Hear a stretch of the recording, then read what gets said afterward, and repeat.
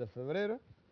Nos aproximamos a nuestra fecha patria, que es el 27, y por tanto, bueno, este deberá ser el último fin de semana de febrero, porque el que viene, si bien nos atrapa concluyendo el mes, pero ya estaremos lindando marzo. Miren, hay que ver para que comprendamos perfectamente cómo se mueven los intereses en la República Dominicana, la manera como interpretan en sus titulares principales los diarios nacionales la decisión del presidente de la República referida al desarrollo del proyecto turístico Polo Cuarto del Suroeste. Vamos a ver los titulares. Dice en primer lugar, Danilo descarta pactar sobre Bahía de las Águilas. Ese es el periódico del día. Danilo descarta pactar sobre Bahía de las Águilas. Vamos a ver si eso se corresponde a la declaración oficial. Eso es lo que vamos a chequear. El segundo, gobierno retira propuestas sobre Bahía de las Águilas. Ese es el periódico Hoy. Gobierno retira, el gobierno desecha, ¿no? Bueno, ahora vamos al Caribe. El Caribe dice, el gobierno desecha transacción con Playa Bahía de las Águilas. El cuarto, que lo tengo aquí, es Danilo desiste del plan Bahía de las Águilas. Danilo desiste del plan Bahía de las Águilas. Y el quinto de los grandes diarios nacionales es el que está allá en pantalla. El gobierno desestima acuerdo con las tierras de Pedernales. De estos 5 titulares, el que más se aproxima a la verdad respetable, que debe ser siempre muy tomada en cuenta cuando se trata de asuntos oficiales de esta envergadura, es el periódico Listín Diario. Les voy a decir por qué. En la declaración oficial que leyó el señor encargado de información del Estado, Roberto Rodríguez Marchena, ayer tardecita, lo que se dice es que el gobierno ciertamente desestima seguir adelante con una propuesta que había hecho a los llamados detentadores de títulos de tierras ubicadas en la provincia de Pedernales, que tiene vocación turística. En ningún momento el gobierno ha dicho que desestima el plan de Bahía de las Águilas, porque el gobierno sí dejó claro, y esto yo creo que debió haberlo precisado en la declaración de ayer oficial del presidente de la República, que Bahía de las Águilas es un santuario científico que no va a ser tocado. Es una decisión tomada por el gobierno dominicano. Una decisión tomada por el gobierno dominicano. Ahora, ¿qué es lo que se ha desestimado, como dice muy bien el Listín Diario? Que un acuerdo transaccional que había sido ideado por el gobierno y anunciado públicamente para iniciar gestión de transacción con los llamados detentadores de títulos de tierras ubicadas en la zona de Pedernales, incluida Bahía de las Águilas y sus anexidades, el gobierno la desestimó por el momento. Y va, eso sí ha dicho muy claramente el gobierno, que va a esperar el pronunciamiento de los tribunales acerca de una demanda que ha hecho el propio gobierno en nulidad de todos los títulos que se emitieron en tierras del Estado, que son las que están en porfía en este momento, y que reclama el Estado para poder ponerlas a disposición de empresarios relacionados con el desarrollo turístico, y particularmente para emprender en grande el desarrollo del polo turístico cuarto extendido, que es como se llama, el polo que en este momento va a iniciar por Pedernales, pero que va a involucrar la provincia de Jimaní, Bauruco y Barahona. Esas 4 grandes provincias de lo que llamamos el sur profundo, el suroeste. Porque el gobierno no puede de ninguna manera desistir de el plan de Bahía de las Águilas, porque el plan, de lo único que ha estado claro de todo lo que ha dicho el gobierno con este asunto en los últimos 7 u 8 días es que Bahía de las Águilas no va a ser tocada. Ya no puede haber desestimado esa decisión, que es precisamente lo que ha reclamado la opinión pública. Y todo lo que de buena fe entendemos que recursos vitales para preservar nuestro medio ambiente natural tienen que ser preservados. Óigame, Bahía de las Águilas no puede ser transada. Eso lo dijo el gobierno el mismo día en que se anunció la propuesta que se le hacía a los llamados detentadores de títulos de tierras relacionadas con lo que es la zona de interés de desarrollo turístico de Pedernales. Para que ustedes vean cómo se bate el cobre en la República Dominicana, cómo los intereses estuvieron y han estado y están presentes en todo lo que son los asuntos básicos relacionados con el desarrollo económico y social. Yo les contaba la terrible experiencia que afronté como reportero cuando conocí el proyecto de la autopista del Coral, de cómo poderosos intereses turísticos de Bávaro y de la zona de Higüey y alrededores se movieron para pretender imponer a la opinión pública y al gobierno un particular diseño de la autopista del Coral, que dejaba fuera al subpolo turístico Romana y a San Pedro de Macorís, muy a propósito de sus intereses. Y ustedes me dirán, pero ¿y por qué? Bueno, decían ellos que eso le economizaba a la distancia, Santo Domingo Bávaro, de 15 a 30 minutos más. Esa era la justificación aparente, pero la verdadera justificación era dejar fuera a Romana, para que a Romana usted tuviera que, y a San Pedro usted tuviera que contactarla por carreteras que hoy conocemos, que son las tradicionales de 2 vías, nada más, de una vía, y costera, y no con la calidad, seguridad de la autopista del Este y de la autopista del Coral. Carriles de 4 vías con isletas preciosas, diseñadas con todos los parámetros modernos, veloces, bien señalizadas. Lógicamente ahí se movieron intereses. El Estado que por eso paró la ejecución de esa obra por años, tuvo que decidirse por la que el buen juicio recomendaba, que era la autopista del Coral que hace entrada romana. Por eso todavía se está construyendo una parte de la autopista del Coral a la entrada de Romana, porque ya está decidido por el Estado que el que salga de la capital tenga acceso, si lo desea, a Romana, y tan solo con un desvío a la derecha podrá usted entrar a su polo turístico Romana. Para que ustedes vean, a ustedes no les llamó mucho la atención que líderes de la empresa turística se expresaran con preocupación del proyecto que se pretende hacer de conectar las afueras de Santiago con Puerto Plata con una autopista moderna de 4 carriles con isleta. ¿Y por qué le preocupó a líderes del turismo del este y de otras regiones que para fomentar el turismo del Cibao y contribuir a la recuperación y rehabilitación del polo turístico de Puerto Plata, el Estado proyecte construir esa avenida? ¿Y qué tienen que ver esos señores con eso? ¿Y a quién le hace daño eso?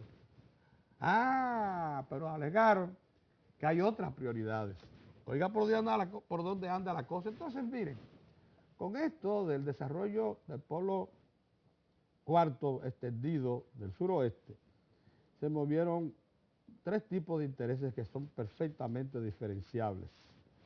Uno es el bien intencionado, ciertamente, el que responde a la preocupación de si una zona virgen como Bahía de las Águilas pudiera haber sido afectada por un desarrollo masivo del turismo. Asunto que de habérsele puesto suficiente atención a la declaración de los funcionarios públicos que anunciaron el plan, se hubiese aclarado inmediatamente. Pero había un segundo aspecto que realmente tocó fibras sensibles, que era el de reconocerle derechos a manifiestos violadores de la ley, como era el acuerdo transaccional que propondría dejar sin efecto la acción gubernamental en procura de anular esos pretendidos títulos de propiedad para que se transara reconociéndole por lo menos un 45% del valor a sus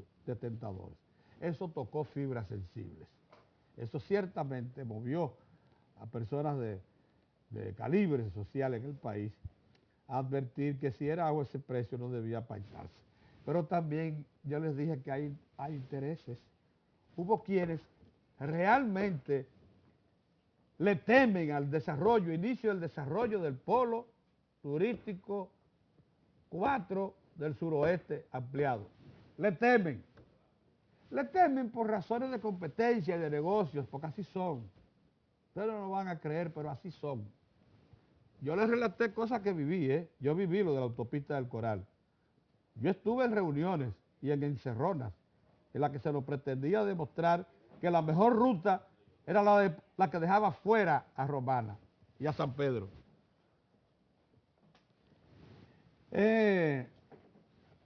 Y es verdad que también cuando las instituciones financieras internacionales disponen de una provisión de recursos para facilitar a inversionistas en un periodo determinado, son los que más prontamente listos están para recibir esos créditos, los que se van adelante.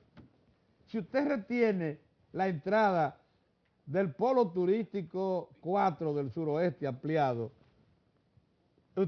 los recursos que están disponibles en los mercados financieros internacionales se van a ir a los que están listos, a los que no tienen problemas de ningún tipo, que son los que existen. Así que se ven las cosas en el mundo de los negocios. Eso por un lado, por el otro hay un tercer sector, y este sí es terrible porque este ya no repara daños al país, que es el sector político opositor, el que le niega virtud a toda iniciativa gubernamental, cualquiera que sea, no importa lo que repercuta, lo que vaya a repercutir en la situación económica y social del país. No. Es que el Estado no tiene derecho a ejecutar ningún proyecto porque es un Estado corrupto, es un Estado dominado por un grupo de asaltantes. Así que dice la oposición, en términos tan destemplados, tan faltos de respeto, que uno se pregunta hasta cuándo aquí nos mantendremos violentando la ley y el buen trato a las normas éticas y el respeto por un comportamiento profesional ante los medios públicos. Bueno, así las cosas. Lo único que habría que agregar a la decisión adoptada ayer es que, además de que el presidente tiene pleno derecho constitucional a por lo menos desestimar la vía que había seleccionado para buscarle una solución a la iniciación del proyecto de desarrollo del polo cuarto ampliado del suroeste, que eso es todo lo que se... No es Bahía de las Águilas, porque sería una injusticia por parte de los medios de comunicación que hoy dicen que Danilo desiste del plan de Bahía de las Águilas. Un momentito, el gobierno no ha desistido, el gobierno dejó firmemente establecido que Bahía de las Águilas constituye un santuario no transable, no posible de desarrollo privado ni público. El gobierno desecha transacción con Playas Bahía de las Águilas. ¿Quién ha dicho eso? Eso dice el Caribe, eso, el titular del Diario Libre.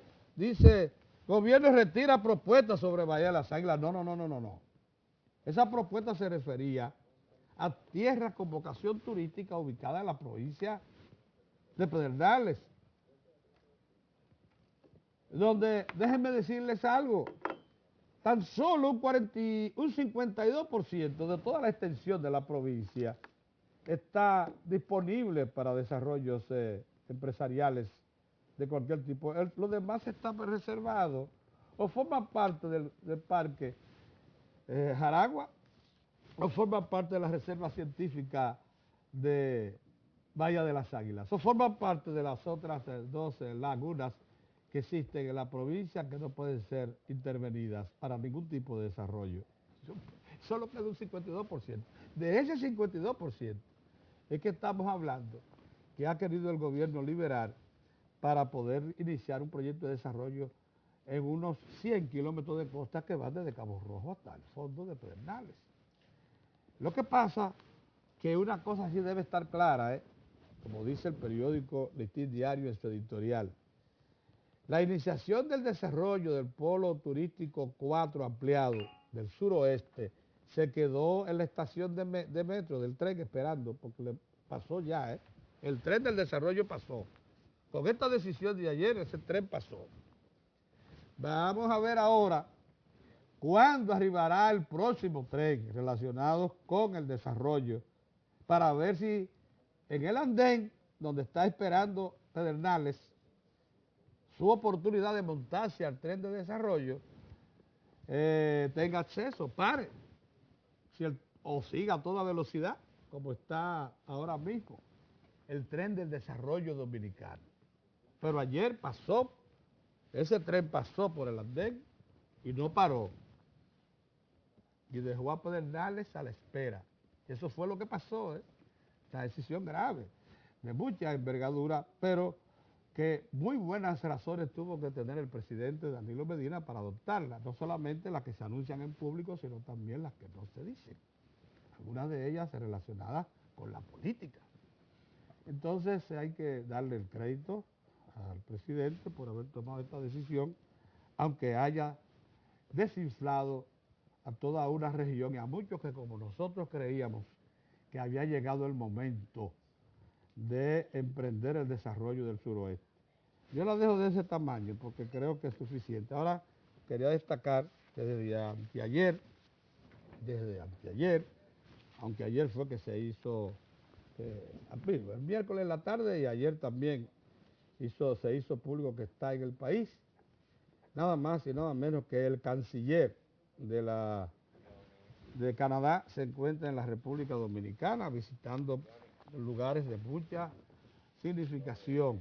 Canadá es la nación origen de Barrick Gold y de Goldcorp, el consorcio de empresas mineras que recibió en explotación el yacimiento de oro, plata, cobre y zinc de Pueblo Viejo. Este señor, como les dije, se encuentra en el país, ya se trata de John Vane. En Canadá, por lo general, los políticos son muy jóvenes, tienen una cara rozagante, juvenil. Yo estuve hace 2 años allá y entonces los ministros casi todos son gente muy joven. Entre ellas hay una de origen dominicano, haitiano realmente, dominico-haitiano, que está en un puesto muy importante. Este señor vio ayer al presidente Danilo Medina.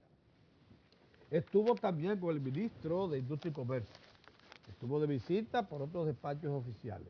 Todo a indicar que el tema Barrick Gold y Goldcorp, el contrato vigente actualmente, pero que todavía no ha iniciado operaciones comerciales de producción y exportación de oro y plata, cobre y zinc, estuvo en la mesa, se trató. Ustedes saben muy bien que aunque no se diga oficialmente, el gobierno dominicano ha dicho por vía de funcionarios que extraoficialmente lo han hecho saber, interesa modificar el contrato que los relaciona a Barrick y a Goldcorp, tal como lo hizo en otra ocasión el propio gobierno en el 2009, cuando Barrick y Goldcorp lo solicitaron. Así de simple es la cosa.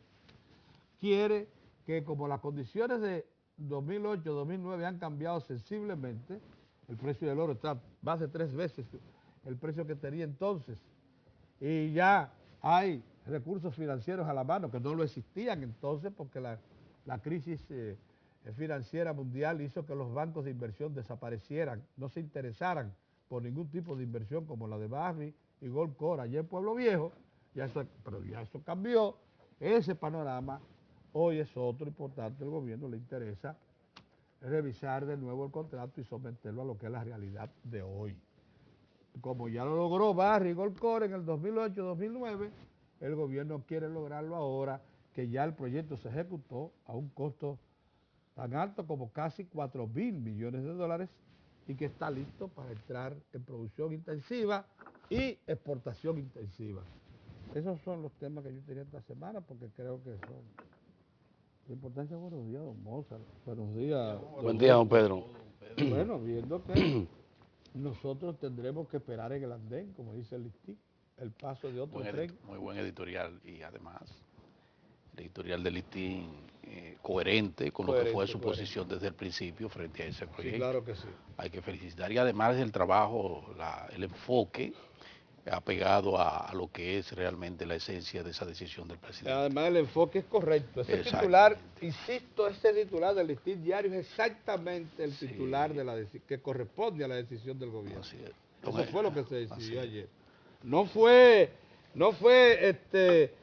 Gobierno retirar la propuesta sobre Bahía de las Águilas. El gobierno no estaba negociando Bahía de las Águilas. Nunca estuvo en negociación Bahía de las Águilas. Nunca, jamás. No.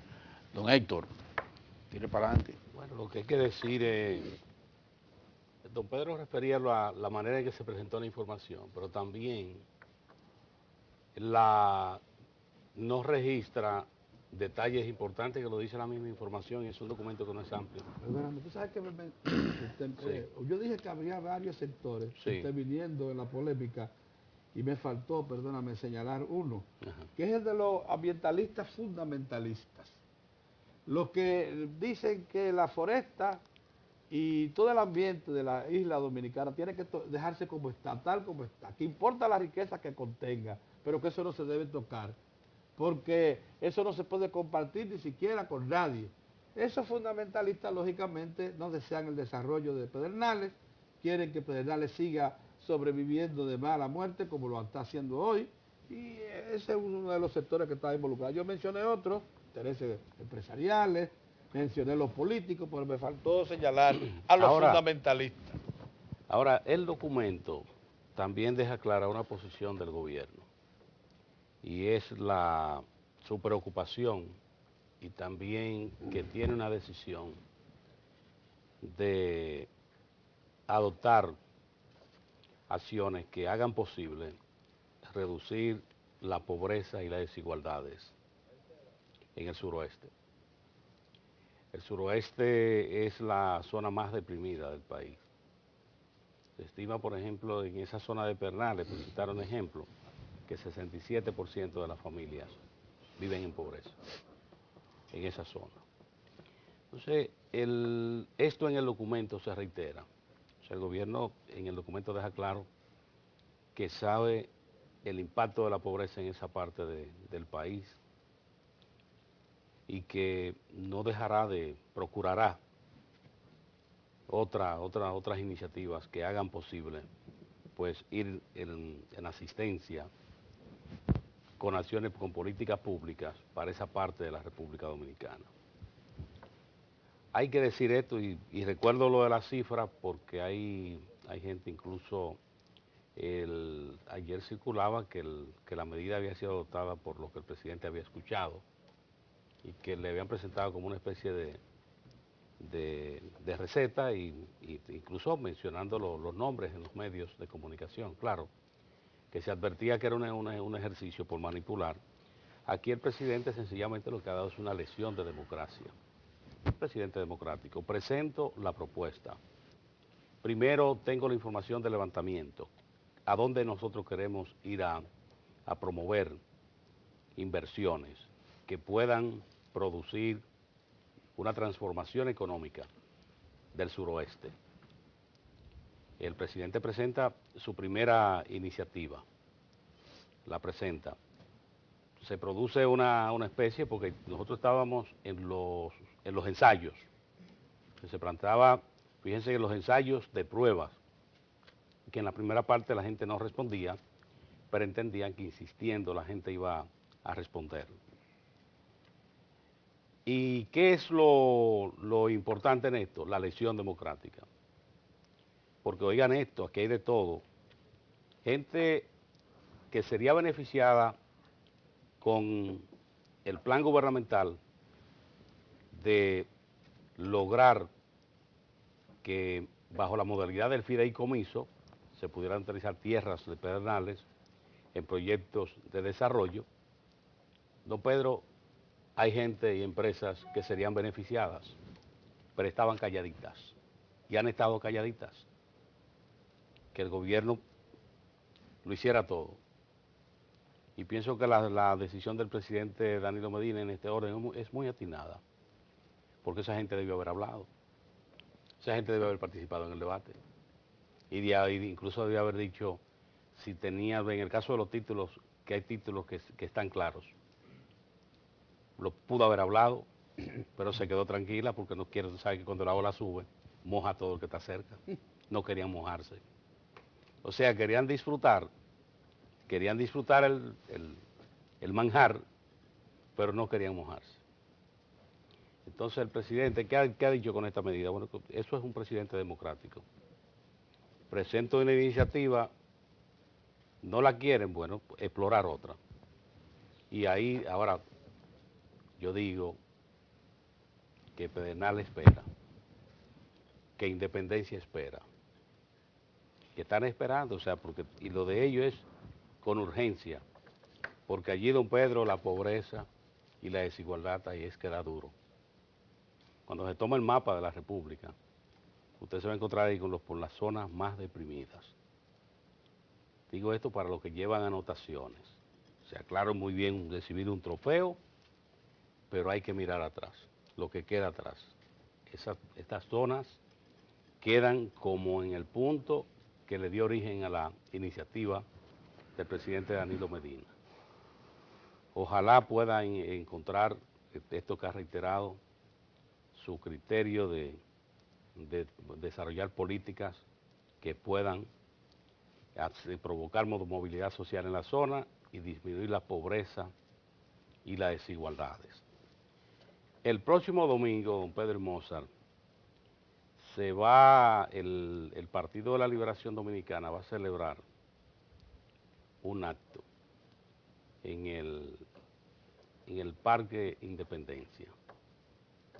El Partido de la Liberación Dominicana va a celebrar el cincuentenario de la llegada al poder del profesor Juan Bosch. Ahí comienzan los actos que van a culminar con el día del aniversario que coincide con la fecha patria. Es decir, el profesor Juan Bosch tomó posesión el 27 de febrero de 1963. Él había sido electo con su compañero de boleta, el doctor Segundo Armando González Tamayo, en las elecciones del 20 de diciembre de 1962. Juan Bosch ganó las elecciones con más del 60% con más del 59% de los votos, o 59.80 ganó los comicios.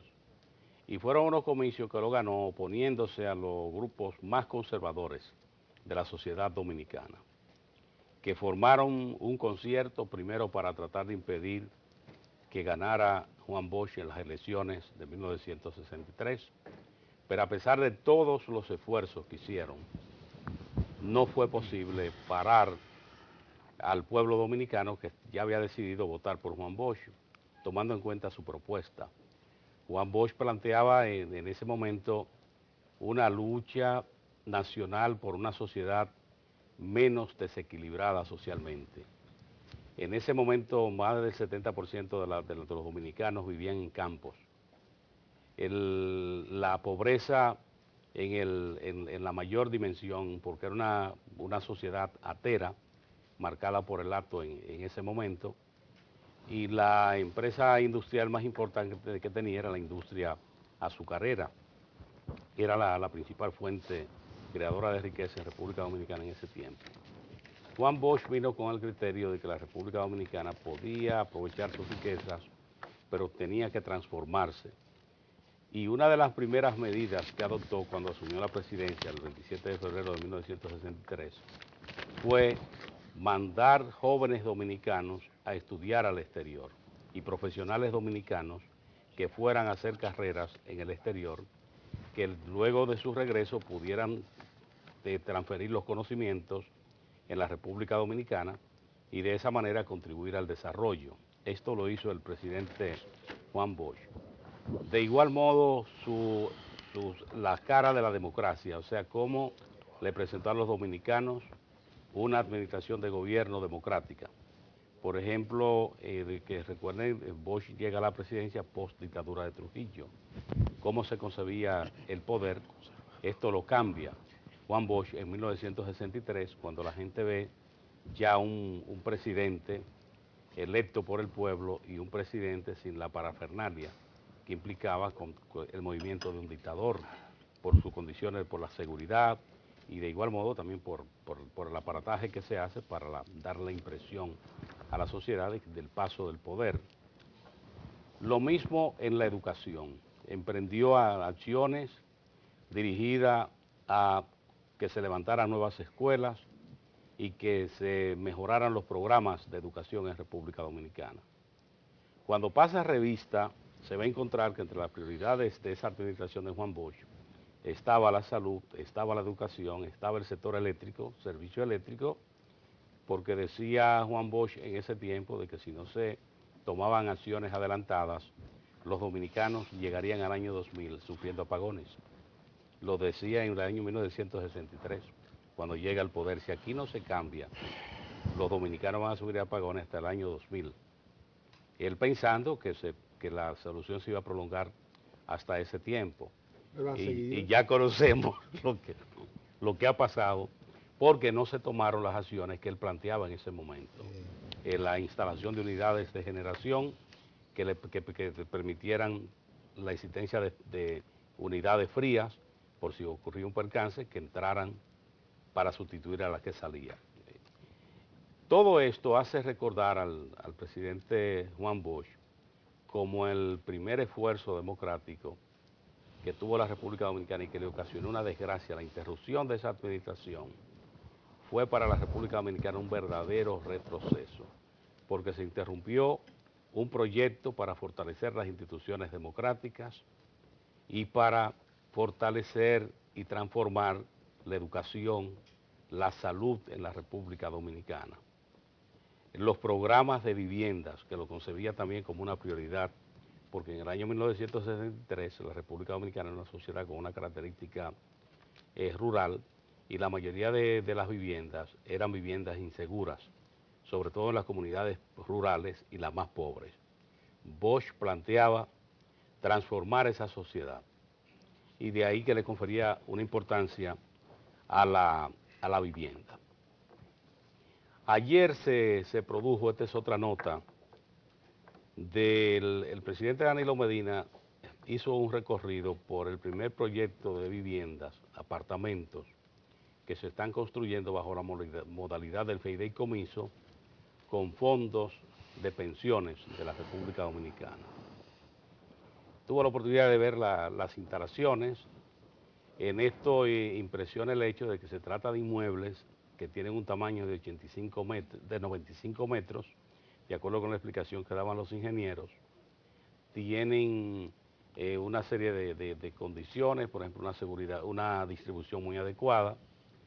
¿Y qué es lo importante? Que esta muestra le está presentando al país que efectivamente los fondos de pensiones de los trabajadores y empleados de República Dominicana, bajo la modalidad del fideicomiso que consagra la Ley de Inversiones para el Desarrollo en República Dominicana, pueden ser efectivamente un instrumento para contribuir a disminuir el déficit habitacional en República Dominicana y que las viviendas lleguen a personas que cotizan en la seguridad social, que son los trabajadores y empleados de República Dominicana.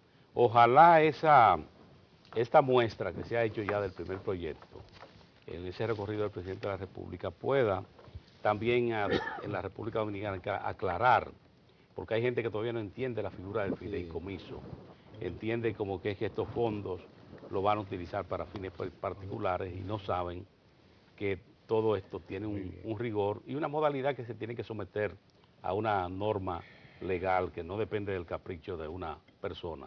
De manera que, adelante. Buenos días, señores. De entrada yo quiero manifestar mi pena por lo que va a acontecer en la región suroeste del país. Yo pienso que tal y como establece el Listín Diario y ratifica don Pedro Cava, las posibilidades de desarrollo y de rescate de cientos de miles de familias, tan dominicanas como las que viven en el norte, las que habitamos aquí en el Gran Santo Domingo y en el este, tendrán que seguir esperando, y parece que el hambre puede esperar, la miseria puede esperar, el olvido puede esperar. Todas esas familias que vieron abrirse una compuerta, una pequeña luz en el camino después de una larga, tediosa y abusiva espera de una administración de justicia, de un sistema judicial que ha fracasado y que no tiene la más mínima posibilidad en el corto y mediano plazo de darle salida a ese proyecto, a esa situación, a esa litis, luego de 16 largos años, y que hoy precisamente recoge uno de los medios declaraciones de la fiscal del Distrito Nacional, reconociendo que es un tema complejo. Yo vislumbro que a los vecinos del sur, del suroeste, que se preparen para otros muchos años para mantenerse en la pobreza y en el olvido. Porque déjenme decirle una cosa, de la misma manera que el gobierno cedió, que la administración del presidente Danilo Medina cedió a una gran presión mediática, política, económica, de todos los niveles, y fundamentalista. Yo me temo mucho por otros proyectos de envergadura en carpeta de esta administración que deberán pasar primero por ese filtro de esos mismos sectores que se opusieron con éxito a esa apertura, la posibilidad de iniciar en firme un proyecto de rescate de una población que merece mejor suerte, como la del suroeste del país. Yo no sé qué va a pasar con Loma Miranda, si se va a explotar o no, racionalmente como se tiene establecido. No sé qué va a pasar con la carretera norte-sur, trazada como se tiene establecido. No sé qué va a pasar con la toma de agua de Jaina, porque ahorita aparecerán 10, 20 familias que dirán que no se puede, que eso no se puede ir porque eso va a afectar al medio ambiente. La Asociación de Ecologistas del Cibao dice que se opone a la carretera. Exactamente. Sí. Y entonces, como la administración ha cedido ante esas presiones, ¿verdad? Y tiene derecho, el presidente de la República tiene pleno derecho a deshacer una decisión que ya antes se había tomado, precisamente desde el gobierno.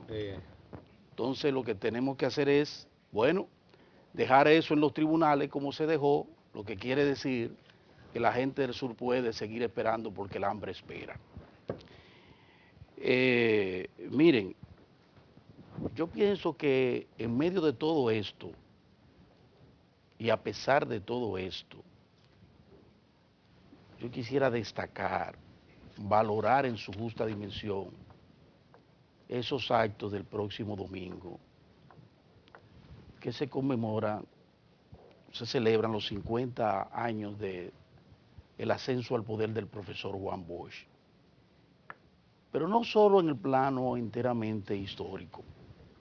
Yo quiero ir al plano del legado del profesor Juan Bosch, de ese gran legado, de dejarnos, de construirnos una estructura partidaria que ha dado demostraciones más que suficientes de que interpretó cabalmente las necesidades, las expectativas de la población y de lo que debe ser el desarrollo de la democracia dominicana. El doctor Leonel Fernández Reina, que tuvo la oportunidad de recibir esa antorcha del profesor Juan Bosch en un proceso de transición realmente plausible, la única entidad partidaria en capacidad de pasar con éxito dos grandes transiciones, una interna de un liderazgo vertical y mesiánico a un liderazgo que primero fue horizontal y luego encontró en el carisma particular, muy singular, de Leonel Fernández y en su talento, junto a una plataforma política sin igual como el Partido de la Liberación Dominicana, el agente en capacidad de iniciar un proceso de reformas estructurales de singular valor para la República Dominicana. Pero al mismo tiempo, una entidad y un liderazgo que fue capaz de hacer el tránsito de un Estado anquilosado, de un Estado prácticamente quebrado por situaciones que se dieron, que se han dado, que se dieron en los últimos 40 años antes del poder, antes de llegar al poder del doctor Leonel Fernández, y demostró con ese tránsito, con esa antorcha de Leonel Fernández Reynés del Partido de la Liberación Dominicana, que estábamos en capacidad de transformar el Estado dominicano. ¿Y de qué manera? Hoy precisamente y el domingo, los miembros y las miembros del Partido de la Liberación Dominicana deberán sentirse altamente satisfechos y orgullosos de lo que han logrado a partir del ascenso al poder del Partido de la Liberación Dominicana en el 96, de la mano con un proceso y una visión de lo que debería ser el Estado y de lo que debería ser un proyecto de nación, como lo avisoró el profesor Juan Bosch. Ahí están los resultados. Desde el 1996 a la fecha, el Estado dominicano comenzó a sentir esos cambios favorables. La burocracia estatal se hizo más eficiente en todas sus partes. Sectores tan neurálgicos en la República Dominicana como el transporte comenzó a tener instancias relevantes que han dado importantísimos resultados, como fue la creación de la MED y la ONSA. Del mismo modo, hemos visto cómo en estos años, en 12 años de gobierno del PLD encabezado por Leonel Fernández, la República Dominicana ha visto cómo se ha transformado la capital de la República en una gran metrópolis. La República Dominicana puede darse el lujo de demostrarle al mundo proyectos tan trascendentes como el metro de Santo Domingo. La República Dominicana puede darse el lujo de presentarle al mundo reformas básicas en materia constitucional, en todo el sistema jurídico nacional, en el sistema institucional y de desarrollo de todas las instituciones del Estado, todas habidas y por haber, para luego dar como resultado formidable 8 años de estabilidad económica, de crecimiento económico en alrededor de un 7% promedio, con baja inflación, con estabilidad en el mercado de la moneda, pero además, lo que es más importante, con un Estado convertido en facilitador para que la República Dominicana hoy sea uno de los nichos más importantes para la inversión extranjera, de cómo se creó el clima para la inversión de forma y manera que ya ustedes pueden ver cómo ha crecido a nivel nacional prácticamente en todas sus provincias el comercio, el relanzamiento de la agropecuaria, la agroindustria fundamentalmente. O sea, nosotros estamos en presencia de una entidad partidaria que el próximo domingo va a celebrar esos 50 años de ascenso al poder de el profesor Juan Bosch. La misma entidad partidaria que luego de 12 años de exitosa gestión administrativa, le dio paso a una gestión como la del presidente Danilo Medina, que encontró en el éxito de esa gestión encabezada por Leonel Fernández, encontró la base para continuar en el poder, para continuar con el proceso de transformaciones. Así que a pesar del desliz, a pesar de situaciones que se han dado en el país, en la propia administración del presidente del presidente Leonel Fernández, nosotros creemos que vale la pena que el pueblo dominicano aquilate en forma justa lo que ha sido y lo que representa para la República Dominicana una entidad partidaria como esta, que nosotros de esa misma manera apelamos a que otras entidades partidarias como el Partido Revolucionario Dominicano, el propio Partido Reformista Social Cristiano, comiencen definitivamente ese tránsito que ya ha recorrido con éxito el PLD, para que tengamos un sistema de partido mucho más eficiente, tan eficiente como lo ha sido el Partido de la Liberación Dominicana a través de realizaciones puntuales que la población puede ver y puede aquilatar en cada punto de la República Dominicana. Bien. Miren, señores, ya tenemos en nuestra sala de entrevista hoy estudiantes de la Seguridad Social y de Cultura del Agua. Y la dama Kirsis Jaques, la presidenta ejecutiva de la Federación de Asociaciones de Fondos de Pensiones, administradora de fondos de pensiones, está ya esperándonos para una entrevista muy puntual de un tema que ya había referido Don Héctor. Pero Carol nos tiene unos mensajes y luego entonces pasaremos a la sala de entrevista.